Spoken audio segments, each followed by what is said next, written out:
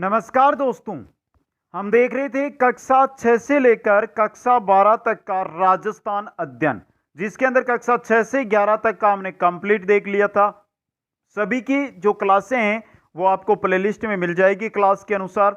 रही बात नोट्सों की, तो वो आप कुचामन ऑनलाइन क्लासेज ऐप पर जाकर वहां से स्टोर से प्राप्त कर सकते हैं। दोस्तों, आज हम शुरू करने जा रहे हैं कक्षा 12 का राजस्थान अध्ययन दोस्तों, जिसके अंदर अध्याय नंबर 1 हमारा रहेगा राजस्थान के भौतिक प्रदेश। जो दिया गया है कक्षा 12 में वो ही चीज पढ़ेंगे। भौतिक प्रदेश कक्षा 7 के अंदर हमने पूरे संपूर्ण विस्तृत पढ़ लिए हमारी ओर से। अब हम पढ़ेंगे वो सिर्फ और सिर्फ जो कक्षा 12 में दिया गया है, एनसीईआरटी बेस पर दिया गया है, वो पढ़ेंगे। इसलिए अंत तक बने रहें। वीडियो को लाइक शेयर और जो नए साथी है वो चैनल को सब्सक्राइब करें। दोस्तों, अगर आप किसी भी प्रकार की कोई जानकारी लेना चाहते हैं तो आप मेरे को इंस्टाग्राम पर फॉलो कर सकते हैं, मैसेज के द्वारा मेरे से बात कर सकते हैं। दोस्तों, आईडी आपको नीचे यहां पर मिल जाएगी दी हुई। शुरू करते हैं आज का टॉपिक, राजस्थान के भौतिक प्रदेश। राजस्थान के भौगोलिक प्रदेशों का निर्धारण सर्वप्रथम प्रोफेसर वीसी मिश्रा ने राजस्थान का भूगोल नामक पुस्तक में किया दोस्तों, जिसका प्रकाशन नेशनल बुक ट्रस्ट द्वारा 1968 के अंदर किया गया। तो सबसे पहले अगर हम बात करें कि राजस्थान के जो भौतिक प्रदेश है इनका विभाजन किसने किया है, सबसे पहले किया है प्रोफेसर वीसी मिश्रा ने। किसमें? राजस्थान का भूगोल नामक पुस्तक के अंदर। इस पे जो पुस्तक है इसका प्रकाशन किया था नेशनल बुक ट्रस्ट के द्वारा 1968 के अंदर। राजस्थान का प्रादेशिक भूगोल नामक पुस्तक 1994 के अंदर प्रकाशित हुई थी। यह एक अलग पुस्तक है दोस्तों। अब यहां पर हम सबसे पहले बात करेंगे, वो करेंगे प्रोफेसर वीसी मिश्रा ने जो 7 प्रदेश बताए राजस्थान के, वो फिर हम जो हम पढ़ते हैं नॉर्मली उन भौतिक प्रदेशों की ओर चलेंगे। तो देखिए, प्रोफेसर वीसी मिश्रा द्वारा प्रस्तावित भौगोलिक प्रदेश जिनकी संख्या है 7, उनमें पहला आता है पश्चिमी शुष्क प्रदेश। पश्चिमी जो रेगिस्तानी मैदान है उसको इसके अंतर्गत रखा गया। वार्षिक वर्षा यहां पर होती है 15 से 25 सेंटीमीटर। जैसलमेर, बाड़मेर, दक्षिणी पूर्वी बीकानेर, पश्चिमी जोधपुर, दक्षिणी पूर्वी चूरू, पश्चिमी नागौर, इनको सम्मिलित किया गया पश्चिमी शुष्क प्रदेश के अंतर्गत दोस्तों। दूसरा जो प्रदेश रखा वो बताया इन्होंने अर्ध शुष्क प्रदेश। अरावली के पश्चिम का शुष्क प्रदेश जिसमें वार्षिक वर्षा होती है 25 से 50 सेंटीमीटर दोस्तों, जिसके अंदर जालोर, पाली, नागौर, झुंझुनू, उत्तर पूर्वी चूरू, दक्षिणी पूर्वी जोधपुर है, इसको सम्मिलित किया गया। तीसरा क्षेत्र बताया इन्होंने नहरी क्षेत्र, सिंचित रेगिस्तानी मैदान, जहां पर नहरों के द्वारा सिंचाई हो रही थी राजस्थान में, जो रेगिस्तानी भाग है वहां पर, जिसके अंदर वार्षिक वर्षा 15 से 25 सेंटीमीटर होती है। गंगानगर है, पश्चिमी बीकानेर है, उत्तरी जैसलमेर है, ये भाग दोस्तों। चौथा प्रदेश बताया वो बताया अरावली प्रदेश। अरावली की जो पहाड़ियां हैं वो प्रदेश दोस्तों, वार्षिक वर्षा 30 से 60 सेंटीमीटर इन्होंने यहां पर बताई। और उदयपुर, दक्षिणी पूर्वी पाली, पश्चिमी डूंगरपुर, इस क्षेत्र के अंतर्गत इन्होंने शामिल किया। पांचवा प्रदेश बताया पूर्वी कृषि औद्योगिक प्रदेश। मैदानी व पठारी अर्धशुष्क प्रदेश, वार्षिक वर्षा जहां पर 50 सेंटीमीटर से क्या हो रही थी, अधिक हो रही थी, जैसे जयपुर, अजमेर, सवाईमाधोपुर, भीलवाड़ा, बूंदी, अलवर, भरतपुर, धौलपुर व कोटा शहर पूर्वी कृषि औद्योगिक प्रदेश के अंतर्गत इन्होंने रखा दोस्तों। छठवां जो प्रदेश इन्होंने रखा वो बताया दक्षिण पूर्वी कृषि प्रदेश। दक्षिण पूर्वी, पहला तो था पूर्वी कृषि औद्योगिक प्रदेश, छठवां इन्होंने बताया है दक्षिण पूर्वी कृषि प्रदेश वीसी मिश्रा ने दोस्तों। जैसे विंध्यन व लावा पठार इसके अंतर्गत रखिए दक्षिण पूर्वी कृषि प्रदेश में। वार्षिक वर्षा 50 सेंटीमीटर से अधिक इन्होंने बताई, जैसे पूर्वी डूंगरपुर है, बांसवाड़ा है, चित्तौड़गढ़ है, कोटा है, झालावाड़ है, ये क्षेत्र इन्होंने सम्मिलित किए। सातवां जो प्रदेश बताया वो बताया चंबल बीड़ प्रदेश, जिसमें देखिए चंबल के बीड़ों को सम्मिलित किया गया, जहां चंबल नदी निकलती है और चंबल का जो बीड़ क्षेत्र आता है उन क्षेत्रों को दोस्तों। वार्षिक वर्षा बताई गई 50 सेंटीमीटर से अधिक। वार्षिक वर्षा कितनी बताई इन्होंने?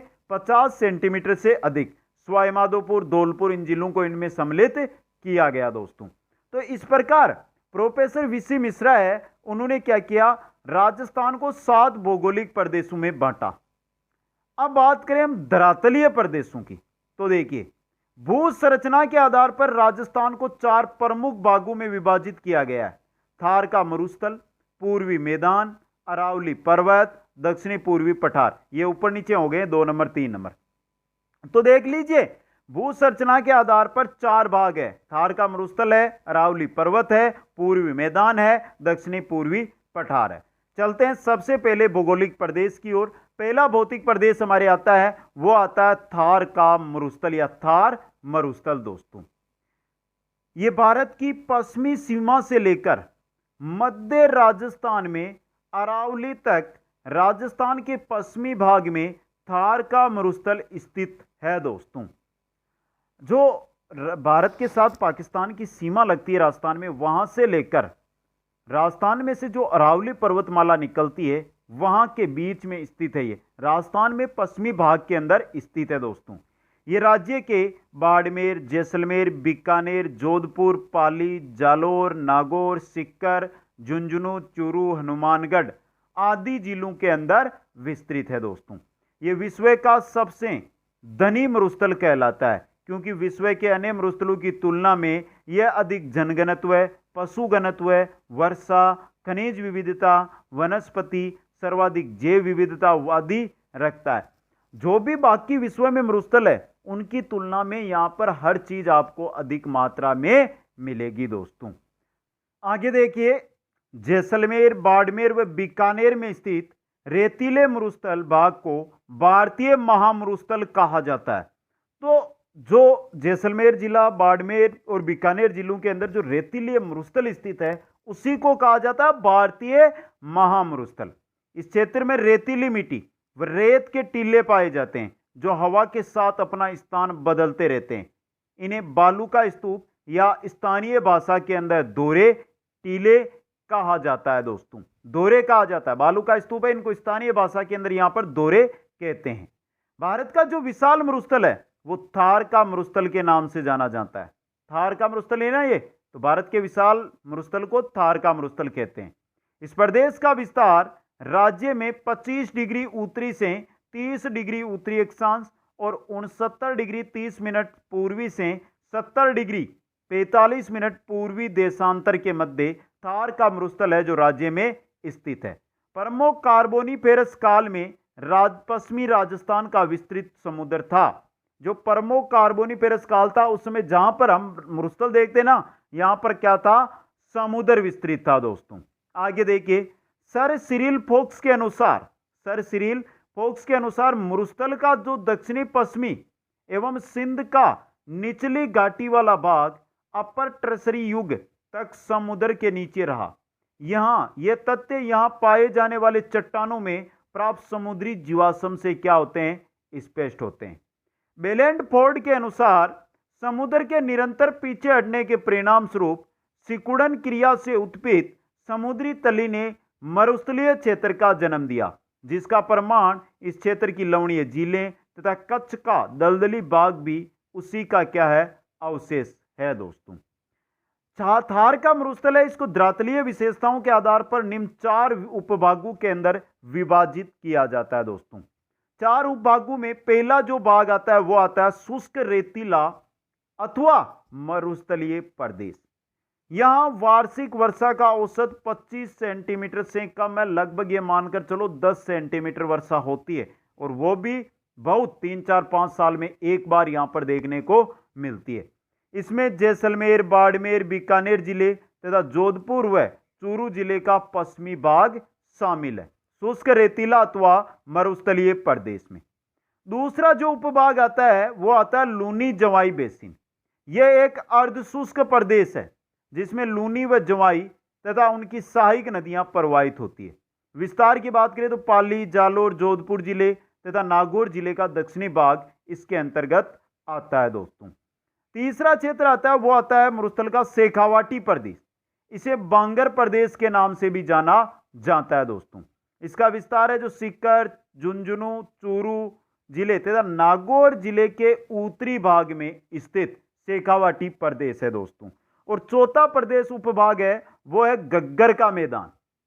गंगानगर हनुमानगढ़ जिले का मैदानी क्षेत्र जिसमें गग्गर नदी प्रवाहित होती है उसको कहा जाता है गग्गर का मैदान, हनुमानगढ़ और गंगानगर में। वर्तमान समय में गग्गर नदी को मर्त नदी कहा जाता है। इसकी नाली को, जो नाली है, इसको जो नाली है बहुत ही सक्रिय हो गई है दोस्तों, पाट के नाम से जानते हैं। ये थे उपभाग मरुस्थलीय भाग थार के मरुस्थल के।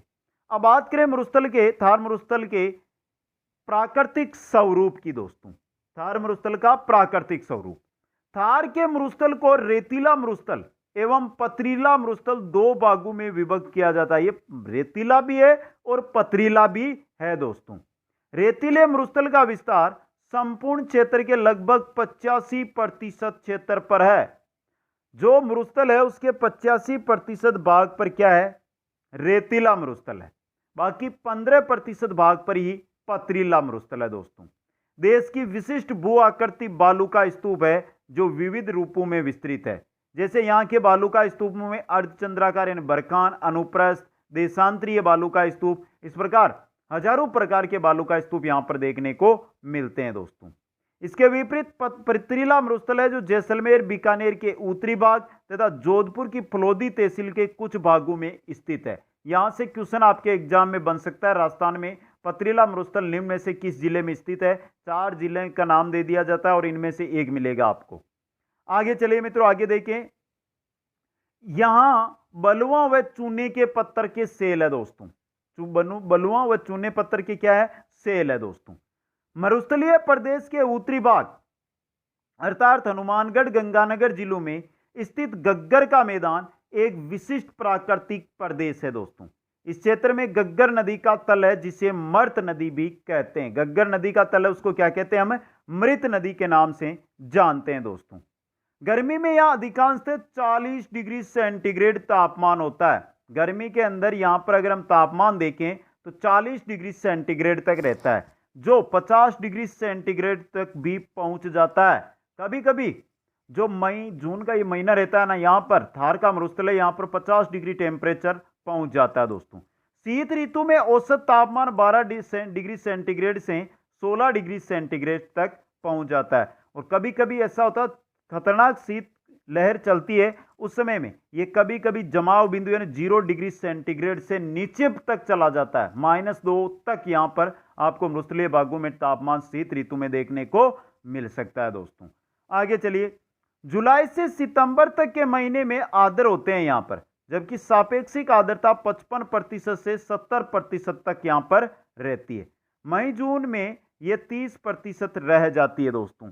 यानी मई जून का जो महीना होता है ग्रीष्म ऋतु का, वहां पर यहां पर आर्द्रता बहुत कम हो जाती है। ग्रीष्म काल में धूल भरी आंधियां चलना यहां सामान्य बात है। सर्वाधिक आंधियां कहां चलती है? गंगानगर जिले के अंदर दोस्तों। जो धूल भरी गर्म चलती है आंधियां, उनको कहा जाता है लू दोस्तों। वर्षा का औसत बीकानेर में 30 सेंटीमीटर रहता है दोस्तों।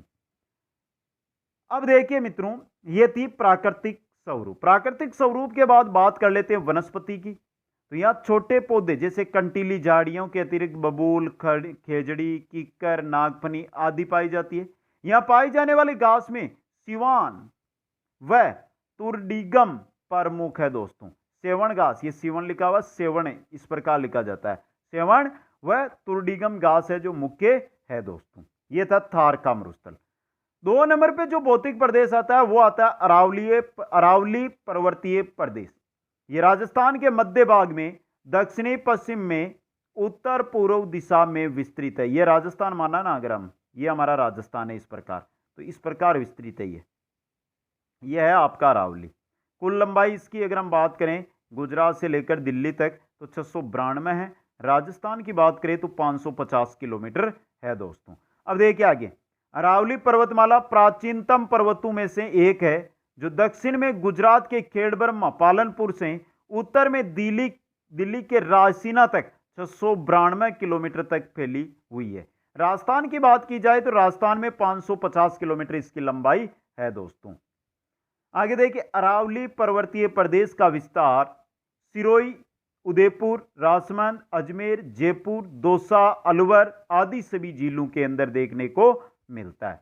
अरावली पर्वतीय प्रदेश को 3 उप प्रदेशों में बांटा गया है, जिनमें पहला आता है आपका दक्षिणी अरावली प्रदेश। इसमें सिरोही, उदयपुर, राजसमंद जिले हैं, इनको शामिल किया जाता है। सिरोही, उदयपुर और राजसमंद के अंदर जो दक्षिण अरावली का भाग है वो दक्षिणी अरावली कहलाता है। जो मुख्य चोटियां हैं ऊंचाई पर स्थित, वो आपको दक्षिणी अरावली में मिलेगी। जैसे प्रमुख चोटियां, गुरु शिखर जो राजस्थान का सर्वोच्च चोटी शिखर है 1722 मीटर। उसके बाद Sher 1597 metre, Jarga 1431 metre, Dilwara 1422 metre, Achalgarh 1380 metre, Abu 1295 metre, Rishikesh 1017 metre, Kumbhalgarh 1224 metre, Kamalnath 1001 metre, Sajjangarh 938 metre. ये मुख्य चोटियां हैं दोस्तों। बोराट का पठार भी यहीं पर स्थित है। कुंभलगढ़ और गोगुंदा के बीच जो पठारी क्षेत्र है उसको बोराट का पठार कहा जाता है दोस्तों। दूसरा जो उप प्रदेश है वो है मध्य अरावली प्रदेश। यह मुख्यतः अजमेर जिले में मध्य अरावली प्रदेश है, जो आपका अजमेर में है दोस्तों। ये सकड़ा है, बहुत ही सकरा क्षेत्र है। प्रमुख चोटियां तारागढ़ और नागपाड़ है। तारागढ़ है 870 मीटर पर, नागपाड़ है 795 मीटर की ऊंचाई पर दोस्तों। ब्यावर तहसील में अरावली के कुछ दर्रे स्थित है, जैसे बर, परवेरिया, शिवपुर घाट, सूरा घाट, देबारी। ये सभी अरावली के जो दर्रे हैं वो ब्यावर तहसील अजमेर के अंदर है दोस्तों। तीसरा जो उप प्रदेश है अरावली का वो है उत्तरी अरावली प्रदेश। इसका विस्तार जयपुर, अलवर तथा दौसा जिले में है। इसमें शेखावाटी की पहाड़ियां, तोरावाटी की पहाड़ियां हैं जो सम्मिलित की जाती है। प्रमुख चोटियों की बात की जाए तो रघुनाथगढ़ सीकर वाली 1015 मीटर, बेराट 892 मीटर, खो 920 मीटर है, जो प्रमुख चोटियां हैं उत्तरी अरावली प्रदेश की दोस्तों। यह था अरावली प्रदेश। पहला हमने थार का प्रदेश, दूसरा अरावली। अब तीसरा जो भौतिक प्रदेश आता है राजस्थान का वो है पूर्वी मैदान। देखिए, यह राजस्थान का सर्वाधिक उपजाऊ व सर्वाधिक जनसंख्या वाला क्षेत्र है दोस्तों। इसका विस्तार है जो भरतपुर, अलवर, धौलपुर, करौली, सवाईमाधोपुर, जयपुर, दौसा, टोंक, भीलवाड़ा जिले में, भीलवाड़ा जिले के जो मैदानी भाग है वहां पर है दोस्तों। पूर्वी मैदान की अगर मृदा की हम बात करें, मिट्टी की बात करें, तो देखिए इस प्रदेश में मुख्यतः जलोढ़ की मृदा पाई जाती है। जलोढ़ मृदा यहां पर मिलती है। बनास बेसिन में चिकनी और रेतीली मिट्टी तथा घाटियों में जलोढ़ मृदा का विस्तार है। जो बनास बेसिन है वहां पर आपको चिकनी व रेतीली मिट्टी मिलेगी, जबकि घाटियों में जलोढ़ मृदा मिलेगी। काली मिट्टी भी इस प्रदेश में मिलती है, ये नहीं है काली मिट्टी नहीं है, वो भी मिलती है। भरतपुर क्षेत्र में काली दोमट मिट्टी, चिकनोट मिट्टी, भूरी मृदा, मटियार मिट्टी, दोमट, कछार व अनुपजाऊ रेतीली मृदा, बूर का विस्तार है। सवाईमाधोपुर के अंदर गहरी काली, हल्की पीली, भूरी मृदा है, उसकी प्रधानता है दोस्तों। पूर्वी मैदान है मित्रों, इसको 3 उपभागों के अंदर बांटा जाता है, जिसमें पहला है आपका बनास बाणगंगा बेसिन। बनास व बाणगंगा बेसिन, यह बनास व उसकी सहायक नदियों के द्वारा निर्मित विस्तृत मैदान है। बनास और जो उसकी सहायक नदियां हैं, बनास बाणगंगा की जो सहायक नदियां हैं, उनके द्वारा जो मैदान बनाया गया है वो बनास बाणगंगा बेसिन। दूसरा है चंबल बेसिन। यह चंबल और उसकी सहायक नदियों के द्वारा निर्मित विस्तृत मैदान है। चंबल और चंबल की जो सहायक नदियां वो मैदान बनाती है वो चंबल बेसिन कहलाता है। इसका विस्तार है जो कोटा, सवाईमाधोपुर, करौली, धौलपुर जिले, यहां बीड क्षेत्र भी पाए जाते हैं। तीसरा जो है वो है आपके मध्य माही बेसिन, या जिसको हम 56 का मैदान कहते हैं।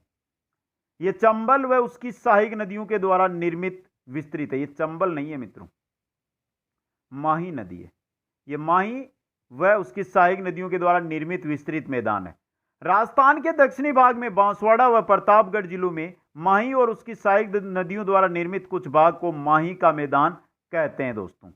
56 गांवों का समूह है एवं 56 नदी नालों से, मुख्य बात है कि यहां पर 56 ही गांव है, 56 ही आपको मिलेंगे नदी नाले निर्मित होने के कारण इसे 56 का मैदान भी कहा जाता है दोस्तों।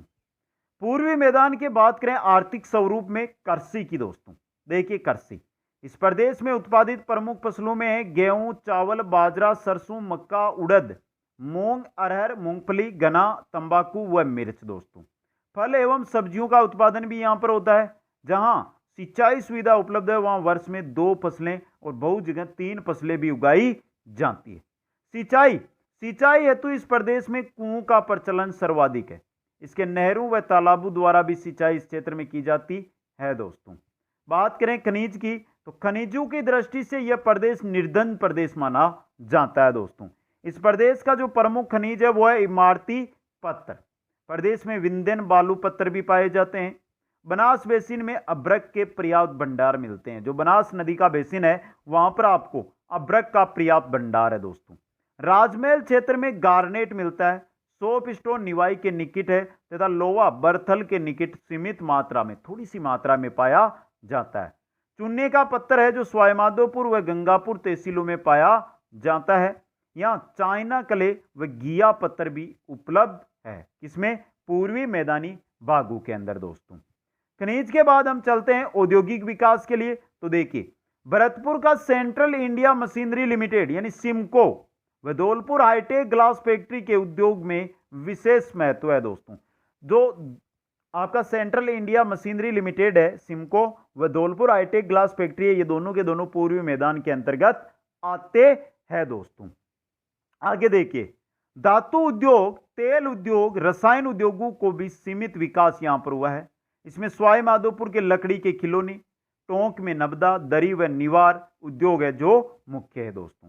बात करें जनसंख्या की, तो देखिए सर्वाधिक जनसंख्या भरतपुर जिले में, जो पूर्वी मैदान है उसमें सर्वाधिक जनसंख्या भरतपुर जिले में 25.49 लाख अंकित है। ये 2011 के अनुसार है मित्रों, 2011 के अनुसार। भरतपुर जिले में 503 व्यक्ति प्रति वर्ग किमी का घनत्व है। यहां के सघन बसाव को स्पष्ट करता है। 503 व्यक्ति प्रति वर्ग किलोमीटर घनत्व है दोस्तों। जबकि धौलपुर की जनसंख्या 12.07 लाख है दोस्तों। तथा जनसंख्या का घनत्व है धौलपुर का वो है 398 व्यक्ति प्रति वर्ग किलोमीटर दोस्तों। भरतपुर का घना पक्षी विहार, सवाई माधोपुर का राष्ट्रीय वन्यजीव उद्यान, रणथंभौर का किला पर्यटकों को क्या करते हैं? आकर्षित करते हैं दोस्तों। चौथा प्रदेश आता है हमारे भौतिक प्रदेश, वो है दक्षिण पूर्वी पठारी प्रदेश, जिसको हाड़ौती का पठार के नाम से हम जानते हैं दोस्तों। देखिए, इस भाग में प्राचीन काल में हाड़ा वंशी शासकों के होने की वजह से इसे हाड़ौती का पठार भी कहा जाता है दोस्तों। यह मालवा के पठार का विस्तार है। यहां पर मालवा के पठार का क्या है? विस्तार है दोस्तों। तथा विस्तार कोटा, बूंदी, बारा तथा झालावाड़ जिले में, कोटा, बूंदी, बारा, झालावाड़ जिलों के अंदर यहां पर मालवा के पठार का क्या है? विस्तार है दोस्तों। यहां चंबल, कालीसिंध, परवन, पार्वती आदि नदियां हैं जो प्रवाहित होती है दोस्तों। इस क्षेत्र में अधिकांश मृदा लावा निर्मित मध्यम काली है जो बहुत ही उपजाऊ होती है दोस्तों। आगे देखिए, राजस्थान का दक्षिणी पूर्वी क्षेत्र एक सुनिश्चित भौगोलिक इकाई है जिसे हाड़ौती का पठार के नाम से हम जानते हैं। इस क्षेत्र के अंतर्गत 4 जिले हैं, वो आपके सामने हैं, कोटा, बूंदी, बारा तथा झालावाड़ दोस्तों। इस प्रदेश का क्षेत्रीय विस्तार है वो 24,185 वर्ग किलोमीटर है। बात करें यहां की मृदा की, तो देखिए एक और कच्छारी यानी जलोढ़ मृदा जो नदियों के द्वारा जमा की गई, जिनका विस्तार मध्य के क्षेत्र में चंबल व कालीसिंध बेसिन में है। दूसरी ओर काली कपास मृदा है जो झालावाड़, बारा व कोटा जिलों के अनेक क्षेत्रों में है दोस्तों। लाल मिट्टी बूंदी की पहाड़ियों, हिंडोली क्षेत्रों, मुकुंदवाड़ा की पहाड़ियों पर है दोस्तों। और पर्वतीय ढालों पर कक्कड़ पत्थर वाली मृदा है। सामान्यतः इस प्रदेश की मृदा उपजाऊ मृदा है दोस्तों। मृदा से हम आगे चलते हैं तो आर्थिक प्रारूप आता है जिसके अंतर्गत सबसे पहले आ रही है आपकी कृषि। हाड़ौती प्रदेश राज्य का प्रमुख कृषि क्षेत्र बन गया है। प्रमुख कृषि क्षेत्र यहां पर रबी व खरीफ, यहां पर रबी व खरीफ दोनों फसलों का समान रूप से उत्पादन होता है दोस्तों। रबी में गेहूं, जौ, अलसी व चना उत्पादित होता है, जबकि खरीफ में जवार, तिल, मक्का, मूंगफली, गन्ना, कपास, तंबाकू आदि फसलें होती है दोस्तों। काली मिट्टी के प्रदेश में कपास का उत्पादन सर्वाधिक होता है, यानी अधिक मात्रा में कपास का उत्पादन काली मिट्टी में होता है दोस्तों। नेक्स्ट आता है सिंचाई। नहरें, तालाब तथा कुओं और नलकूपों के माध्यम से अनेक क्षेत्रों में सिंचाई यहां पर होती है। चंबल योजना के अंतर्गत बने बांध जैसे गांधी सागर है, राणा प्रताप सागर है, कोटा बांध है, कोटा बैराज है, जिसको हम जवाहर सागर जानते हैं ना, कोटा बांध को, से निकली नहरों से कोटा बूंदी जिलों में सिंचाई होती है दोस्तों। 4 नंबर पे हमारे आता है खनिज, थोड़ी स्पीड के साथ देख रहे हैं। झालावाड़ व बूंदी के कुछ भागों में तांबा व लोहा होने के प्रमाण है दोस्तों, जैसे बूंदी, तालेड़ा, सुकेत, जालरापाटन, लाडपुरा, खानपुरा, भवानी मंडी क्षेत्रों में घिया पत्थर मिलता है। स्लेट कोटा जिले में प्राप्त है, जिसे कोटा स्टोन के हम नाम से जानते हैं, वो कोटा जिले में पर्याप्त मात्रा में मिलता है। बात करें उद्योग की, तो उद्योग में देखिए कोटा का औद्योगिक क्षेत्र न केवल हाड़ौती अपितु राजस्थान में भी महत्वपूर्ण औद्योगिक क्षेत्र है दोस्तों। कोटा में विकसित उद्योगों में सरकारी क्षेत्र से इंस्ट्रूमेंटेशन लिमिटेड की स्थापना 1968 के अंदर की गई थी दोस्तों। अन्य उद्योगों के अंदर श्रीराम रेयंस, श्रीराम फर्टिलाइजर्स, वूल टॉप्स, प्रीमियर पेपरबोर्ड मिल के अतिरिक्त छोटी मशीनें, लोहे के तार, प्लास्टिक, रसायन, कपास, कृषि यंत्र, तेल मिल, विद्युत यंत्र आदि उद्योगों का भी यहां पर विकास हुआ है। कोटा के अतिरिक्त बूंदी के में लाखेरी स्थित सीमेंट कारखाना सबसे पुराना कारखाना है दोस्तों, और मोडक के अंदर भी क्या है, सीमेंट प्लांट है दोस्तों। बात करें जनसंख्या की, तो हाड़ौती प्रदेश की कुल जनसंख्या की अगर हम यहां पर बात करते हैं तो वर्ष 2011 में कुल जनसंख्या 57.23 लाख थी, 2.3 लाख अंकित की गई। कोटा जिले में सर्वाधिक जनसंख्या 19.50 लाख तथा बूंदी में सबसे कम 11.13 लाख रही। इस प्रदेश का सबसे बड़ा नगर है वो आपका कोटा नगर है। मित्रों, ये एनसीईआरटी बेस पर क्लास थी और बहुत ही शॉर्ट के अंदर यहां पर प्रदेश दिए गए। अगर आप प्रदेश पढ़ना चाहते हैं तो कक्षा 7, कक्षा 8 के अंदर आपको संपूर्ण राजस्थान के भौतिक प्रदेश है, विस्तृत अध्ययन वहां पर जाकर आप अध्ययन कर सकते हैं, जो आरबीएससी के पैटर्न पर है दोस्तों। तो ये क्लास कैसी लगी एक बार कमेंट करके बता दें। वीडियो को लाइक, शेयर और जो नए साथी है चैनल को सब्सक्राइब जरूर करें। आप सभी को बहुत बहुत धन्यवाद। जय हिंद, जय भारत।